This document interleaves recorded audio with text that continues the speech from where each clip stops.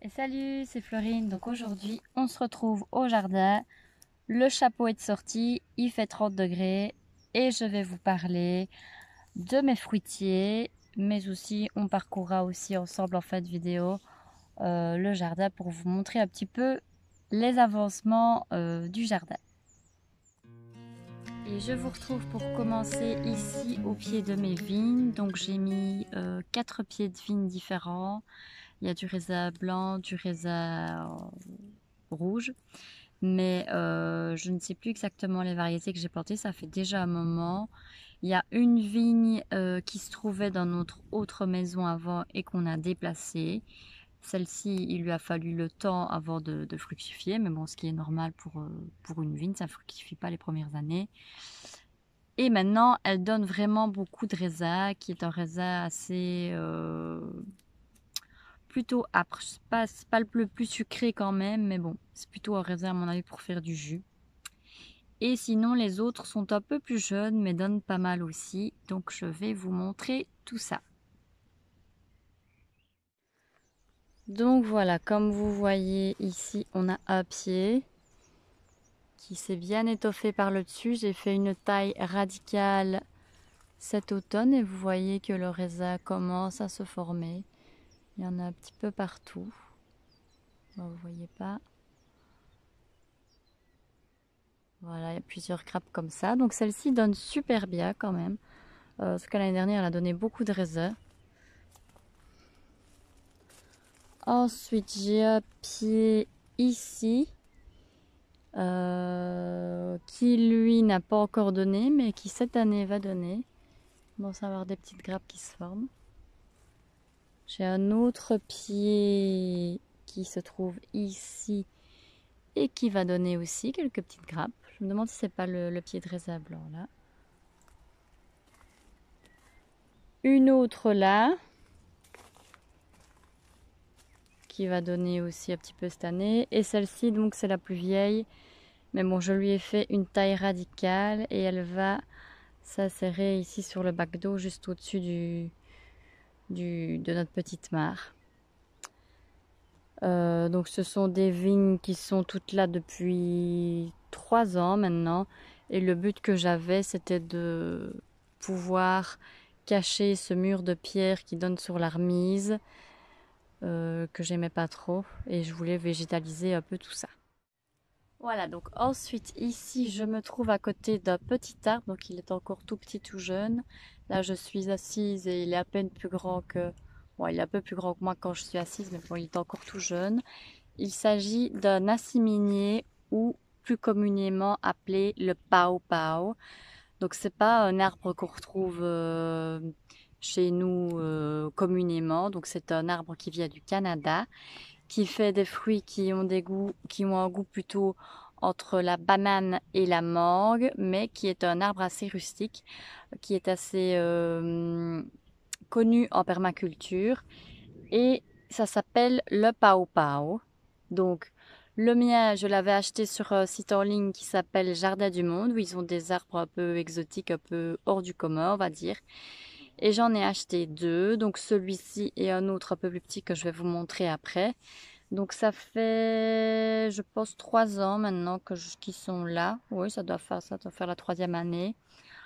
Ils n'ont pas poussé énormément, mais bon, c'est un arbre qui n'a pas une croissance très rapide. Les premières années, il fait des racines, donc voilà, je pense qu'il va peut-être falloir attendre qu'il ait au moins 7 ans avant que je voie apparaître les... Ouh là, avant que je vois apparaître les premiers fruits. Mais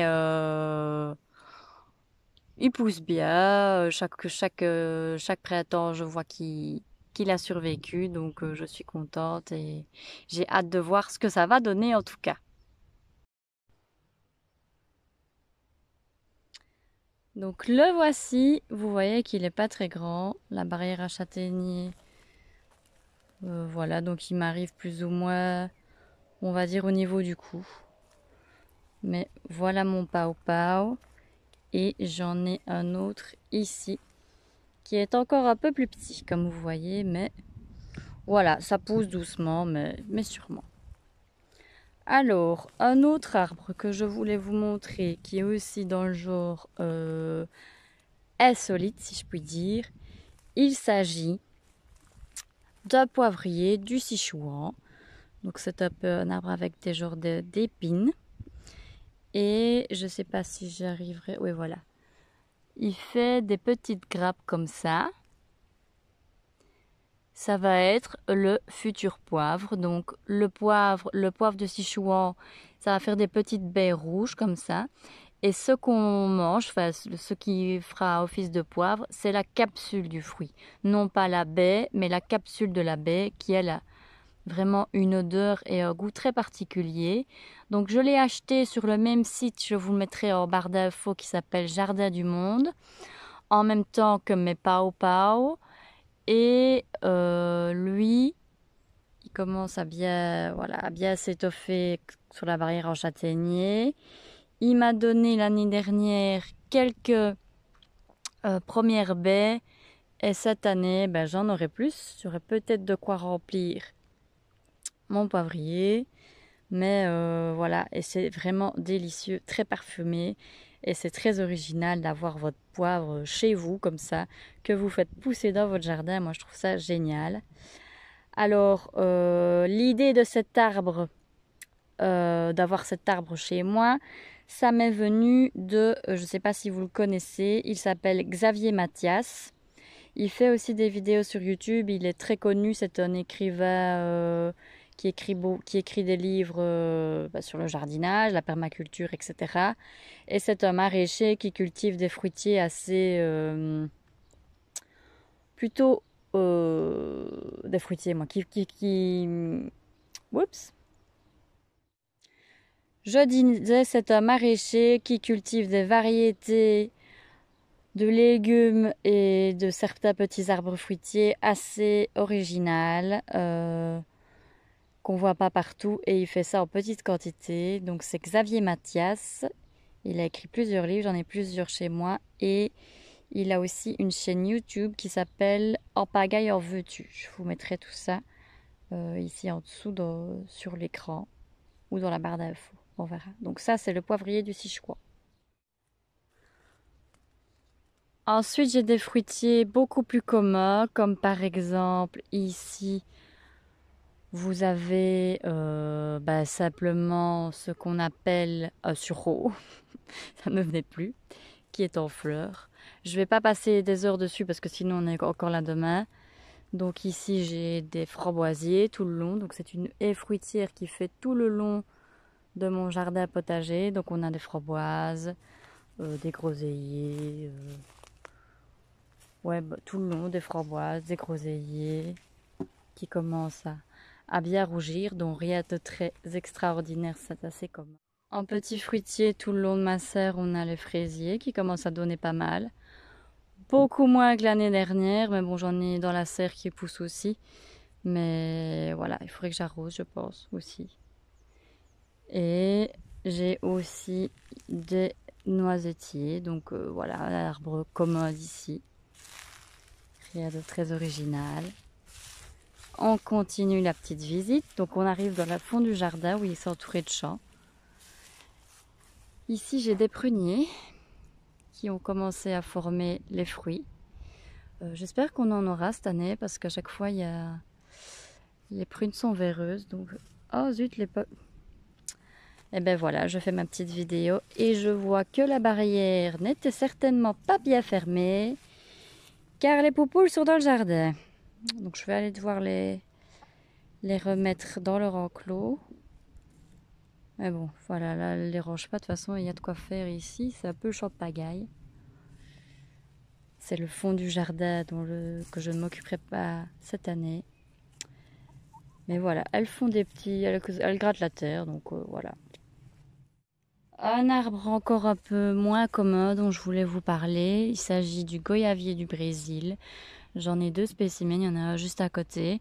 Je les ai achetés également sur le site Jardin du Monde. Ceci n'est pas une vidéo sponsorisée, mais bon voilà, tous mes arbres un petit peu originaux, je les ai achetés sur ce site-là. Il survit. Je pense qu'il va falloir aussi un certain nombre d'années avant qu'il fructifie. Donc normalement ça forme des petites goyaves. Et c'est un arbre rustique qui normalement pourrait se plaire chez nous. En tout cas, c'est le 3e hiver qui passe et chaque fois il survit. Alors ici on a d'autres fruitiers mais qui morflent assez bien.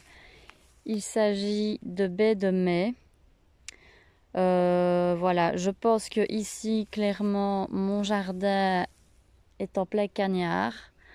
Les arbres ne sont pas assez grands, donc il n'a pas assez d'ombre. Et donc il survit à chaque fois, il vivote, il reprend vigueur à l'automne. Et puis une fois qu'il commence à faire un peu sec, eh ben, il peine, il peine, il peine. J'en ai 3 comme ça. Les myrtillers, j'avais essayé aussi, ça n'a pas survécu. Il ne fait pas encore assez ombragé dans mon jardin pour que tel arbre se plaise ici. Donc on a des pieds de rhubarbe, on en a un gros ici et un autre de l'autre côté. Sinon voilà, ben, j'ai des pommiers, des poiriers, la petite poule qui elle est restée là, avec un cognacier juste ici. Et voilà, des arbres assez communs qui se trouvent ici. On va aller dans une autre partie du jardin, je vais vous montrer d'autres arbres. Et me voici juste à côté de mon figuier, donc il a pris pas mal d'ampleur ces derniers temps, donc lui ça fait 4 ans qu'il est là, je pense qu'on l'a planté avant d'habiter quand on a démarré les travaux. Il donne de belles figues fin septembre souvent, ouais, ça dépend, des fois fin août, et là il prend quand même pas mal d'ampleur, il a commencé à prendre un peu de l'ampleur au niveau de la fenêtre, mais en hauteur un petit peu également. Mais donc l'année dernière, il va falloir certainement que je le taille. Donc il est très bien exposé et en plus il est juste à côté d'un mur. Donc en hiver, la chaleur du mur reflète sur l'arbre et lui permet de survivre parce que le figuier, c'est assez compliqué, en tout cas en Belgique, il faut qu'il soit bien exposé à l'abri des vents et contre un mur. C'est le cas de celui-ci, donc il se plaît quand même assez bien. Ici, je me trouve à côté d'un mûrier blanc. Donc moi, je pensais à la base avoir acheté un Morus nigra, donc un mûrier noir, qui font des arbres assez gigantesques avec des petites baies. C'est pas tout à fait comme le mûrier communément la ronce. Ça a vraiment un autre goût. C'est plutôt entre la pastèque et la fraise. J'ai pas vraiment goûté, c'est ce qu'on dit. Et ici, c'est un mûrier blanc, donc les baies, je vois pas, je pense pas que je vais pouvoir vous montrer. Enfin bref, n'ont pas vraiment de goût. C'est un arbre qui va devenir grand à terme. Là, ici, ça fait 4 ans qu'il est là. Bon, ça pousse très lentement, mais bon, d'ici quelques années, je pense que j'aurai un bel arbre. En tout cas, quand je serai vieille, je pourrai admirer un bel et grand arbre. Mais les baies n'ont pas vraiment gustativement parlant, je trouve que c'est pas intéressant, à part si vous les faites sécher. Et enfin, voilà, ça mérite, ça a quand même du goût quand vous les faites sécher. C'est plein de vitamines évidemment, mais je suis un peu déçue car je me suis trompée. C'était pas l'arbre que je voulais au départ. Je vais vous le montrer correctement. Voilà, le voilà comment il est. Donc comme vous voyez, il est encore assez petit. Il grandit doucement, mais sûrement. Ensuite, je vous retrouve ici le long de mon chemin. Donc il y a pas mal. On a fait une espèce de haie fruitière pour cacher tout le long du chemin que vous voyez ici derrière moi, pour nous cacher un peu des voisins. Voilà, et on voulait quelque chose avec des arbres fruitiers, quoi, quelque chose qui se mange. Et donc ici, je vais pas vous montrer le détail des arbres, mais j'ai des cerisiers, des pommiers, des poiriers, un mirabellier, des myrtillers, et je pense que c'est tout. Je vais vous montrer juste une petite vue d'ensemble. Et ensuite, nous irons voir un petit peu les avancements au jardin depuis la dernière vidéo désastre. Il y a eu un petit peu de... J'ai pu travailler un petit peu dedans. Il y a encore pas mal de boulot à faire, mais je suis quand même assez contente de ce qu'on a pu accomplir, en tout cas pour le moment. Et voici, donc ça c'est le premier cerisier. Donc ces arbres-là sont un peu plus vieux que ceux qui sont... Il y a un avion qui passe. Donc je disais, ces arbres-là sont un peu plus vieux. Ils ont 4, ils vont avoir 5 ans. Oui. car on les a plantés 1 an avant d'aménager. Quand on a signé, on a planté directement les arbres. Vous voyez, voilà ce que ça donne. Au printemps, c'est très joli parce que tout est en fleurs. Mais voilà, ce sont des arbres bastiges. Et c'est tout le long comme ça du chemin. Ah oui, dans les fruitiers, j'avais oublié de vous montrer donc ceci. Donc ce sont mes agrumes que j'ai sortis. Ici, vous voyez qu'il y a des citrons. Donc ça, citronnier, ça que j'ai acheté sur le site Jardin du Monde, comme les autres. Ici, là derrière, c'est lime, donc c'est citron vert. Et tous les plus petits ici, ce sont des citronniers que j'ai fait pousser à partir de pépins. Celui-là est déjà pas mal vieux, il a 5 ans. J'ai fait une vidéo consacrée à la pousse de citronniers à partir de pépins. Je vais vous mettre le lien sur l'écran. Tout d'abord, dans les bacs potagers, donc ici, j'ai en fait planté mes bleuets qui avaient besoin d'être plantés. Donc vous voyez, ça commence déjà à fleurir pas mal. Il y a les mauvaises herbes qui ont un peu repris leur droit déjà, mais bon, je vais un petit peu arracher et quand ils seront un peu plus étoffés, ça ne se verra plus. Ici, toutes ces petites choses-là que vous voyez, ce sont des reines marguerites qui vont commencer à bien pousser aussi. Il y a aussi des scabieuses que j'ai mis là, des scabieuses et des œillets, oui, que j'ai mis ici hier ou avant-hier, samedi. Sinon, les bacs potagers, ben voilà comment ça se présente. Donc dans le premier, j'ai mis tout ce qui était courge, courgettes, courges. Il y en a beaucoup qui n'avaient pas encore pris, il faisait trop chaud là pour les semis. Donc ceux qui n'avaient pas pris, je les ai carrément refoutus, remis en terre.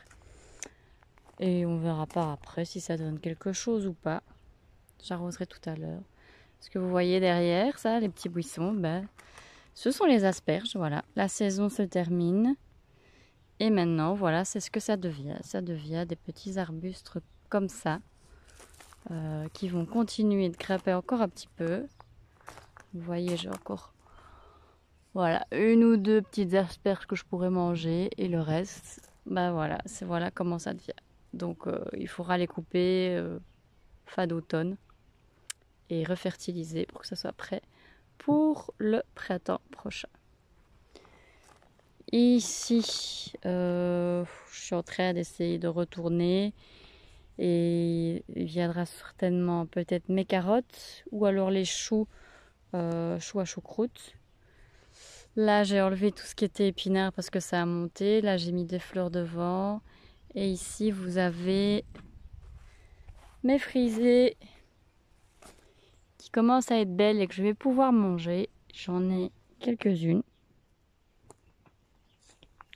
Là il n'y a rien. Petite vue de la mare. Alors que j'enlève un petit peu parce qu'il y a un petit peu trop d'algues. Et il y a des iris qui ont fleuri.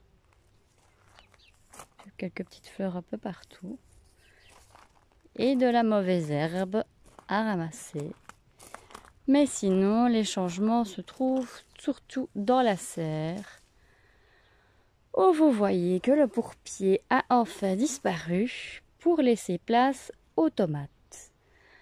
Alors ici derrière les pieds de tomates, vous voyez tout le long, on a pas mal de petits bijoux, les bonnes fraises qui commencent à bien rougir. Et sinon, tout le long, ce sont les pieds de tomates qui étaient vraiment très très moches dans les pots. Et maintenant que je les ai plantés, ben, toutes les feuilles jaunes sont parties. Et elles commencent à être vraiment belles. Au pied, j'ai planté un petit peu de basilic. Il y a du basilic thaï et d'autres variétés.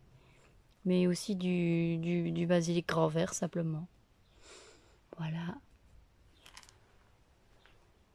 Mes carottes ont bien poussé également. Ça veut dire que, à mon avis, début juillet, on va pouvoir en manger. Il y a encore quelques tomates par-ci par-là. Et mes bacs à semis sont vides maintenant. Il est un peu tard pour semer quoi que ce soit, en tout cas pour l'été. Je ferai encore des semis. Ah bah si, je vais encore semer mes choux, mais je pense pas que je vais les laisser ici. Je les sèmerai, je les mettrai à l'intérieur parce qu'il fait trop chaud. La motte risque de sécher directement, sinon je sais pas comment je vais faire. Je vais voir. À mon avis, je vais les semer en intérieur. Et il y aura d'autres petits légumes que je sèmerai également, mais ce sera pour les récoltes d'automne. Voilà, voilà. Et je vois que les poules s'approchent dangereusement des fraisiers. Je vais aller. Et donc voilà pour cette petite vidéo. J'espère que cette petite vidéo au jardin vous aura plu. Si c'est le cas, n'hésitez pas à liker, à vous abonner à ma chaîne et à me suivre sur Instagram pour d'autres aventures. Bye bye!